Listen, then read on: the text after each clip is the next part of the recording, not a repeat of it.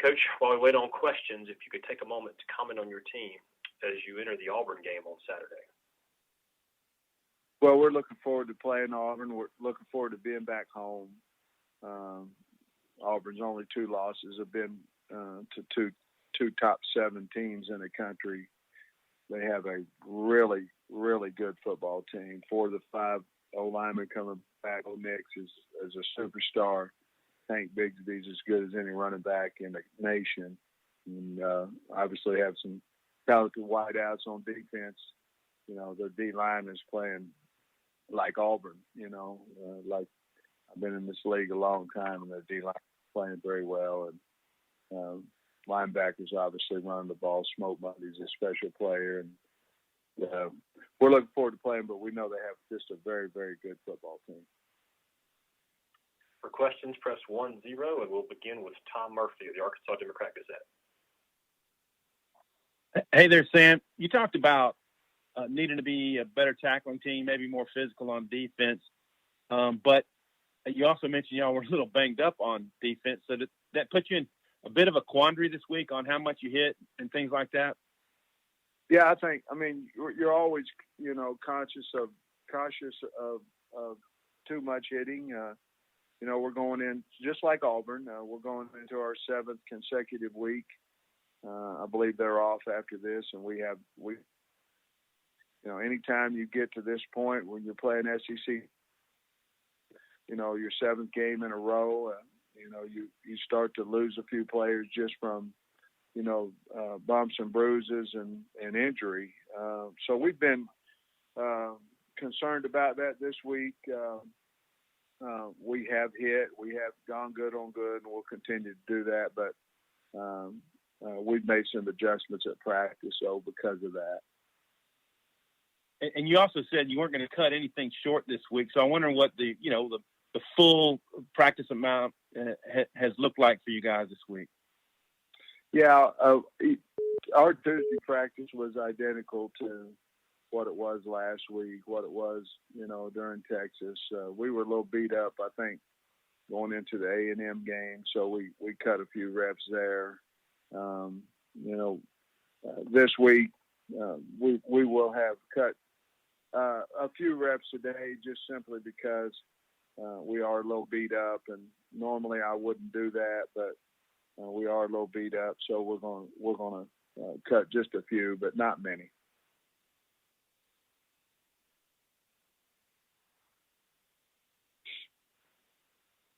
Next, we'll go to Scotty Bartolon of Whole Hog Sports. Today, there's been a lot of talk about movement and injuries on your offensive line lately, but I'm curious what Ricky Stromberg has meant to that group at center and just how you feel he's played to this point. Rick was also one that, was beat up there. I don't know what it was, maybe week 2, maybe week 3. But they're a tough group of kids.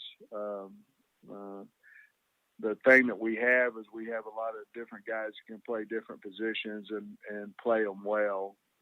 Coach Kennedy's done a really nice job of making sure that if, an injury occurs that we're able to go out there and function at a high rate. And so, obviously anytime you have an injury like with Wagner, you're concerned about, there's a reason he's a starter. And then the other thing you're concerned about is depth after that. I think we've done a nice job this week of preparing different guys for different positions. So, it's part of the game, and we have tough offensive linemen, and they'll play if they can. And certainly if not, then we have to be prepared as coaches that we're ready to go win football games. And so I think Coach Kennedy's done a really nice job of that, and the players themselves of understanding that they have more value on the offensive front if they can play more than one spot.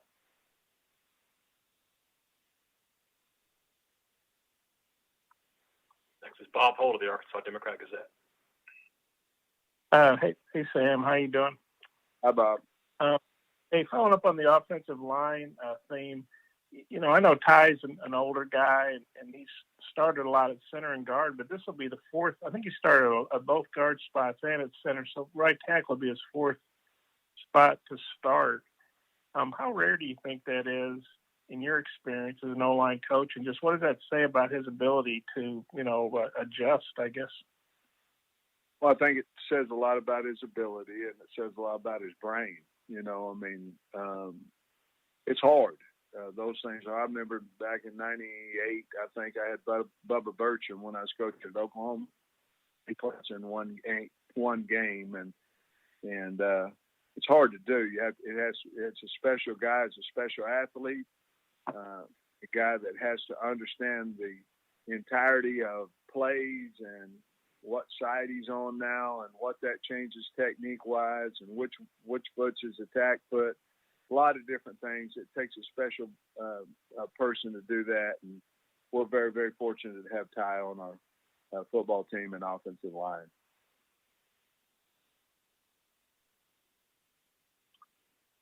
Next will be Bennett Durando of the Montgomery Advertiser.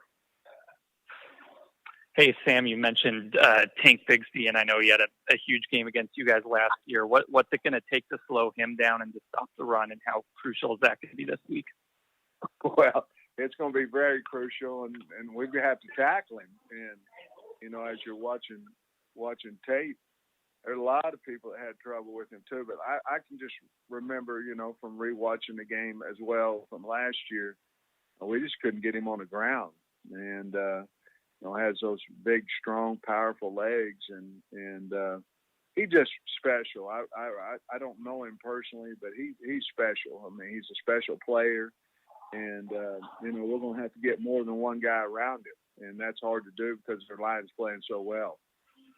But we're going to have to gang tackle him is what we're going to have to do. We're going to have to get a lot of guys around him and help each other get him on the ground because he is that special of a player.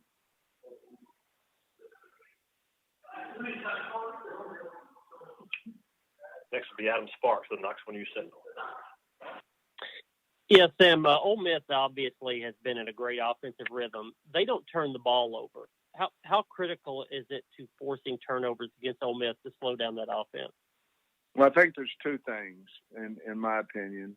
Obviously, we didn't have much success at all. But I think the turnovers are a big thing, and then coach is going to go for it. An average going into our game was almost 6 times a game on 4th down. And I don't know what his analytics tell him. But it doesn't seem to matter a lot what the down and distance is. And, I know he went for it one time on his side of the 50.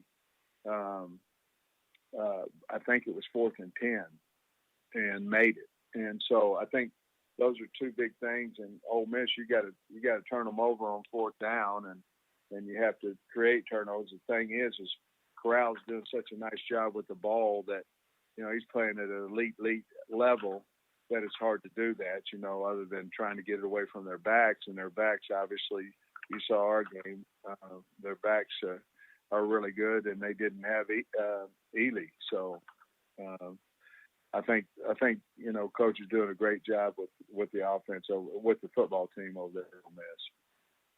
Thanks. We have a follow-up from Tom Murphy. Sam, your D-line was so productive the first few games. Do you need to get more out of them as you go to the second half of your schedule? Oh, absolutely. I mean, we need to get more out of our safeties. We need, in run support, we need to get more out of our nickels off the edge. I mean, we need to get more out of our entire defense in that. But, it certainly always starts up front on both sides of the ball. That's where you win and lose games in this league, in my opinion. We've got to do a better job of helping them, moving them, doing some different things. We have to help them, but they also have to, we have to give that relentless effort like we did, in my opinion, early in the season. And things need fixed. The players on the field with the help of the coaches, but the players on the field need to fix it. And we'll coach them up, but it's the effort part of it and the strain that we need to make sure that we continue to have on both sides of the offensive and defensive lines.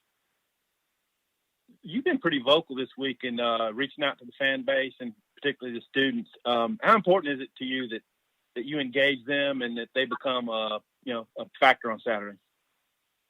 It's huge. I mean, anybody that went to Georgia, that was 11 o'clock, and they had 110 decibels. And, I don't think our fan base is into excuses, and I think they'll be there. And 11 o'clock in the morning can be 7 o'clock at night as well. It just depends on what your mind tells you. And I think we've got a strong fan base, and we need them in here because I believe they can make a difference in the football game. And so I certainly have asked them to do that, and the expectation is that they'll do it because we have, in my opinion, the best fan base in the country. Take one more from Bob Holt. Sam, I saw on Twitter that you said you were going to go see the students about 55 minutes before the game. Is that something you've done before? And do you go over like there with a bullhorn so they can hear you, or kind of how's that going to go? What's your thoughts on that? It's not going to be a pep rally, Bob. I'm going to. What I said was that I'll see them at the 55-minute mark, which I'll come out of the tunnel and I'll acknowledge the student section. But I'm not going to go over there and have a pep rally. Auburn has a team. They have their team out on the field over there. I'm not trying to make anybody mad or anything like that. I want them there early, and that was part of my way to say get there at least an hour early for the game, and we'll acknowledge that you're there, and let's get pumped up, ready to help us. Okay, so that just kind of be a quick, let's go kind of deal, I guess. Yeah, Bob, I haven't really laid out the plans on what I'm going to do on that, buddy. Oh, okay. Well, thanks.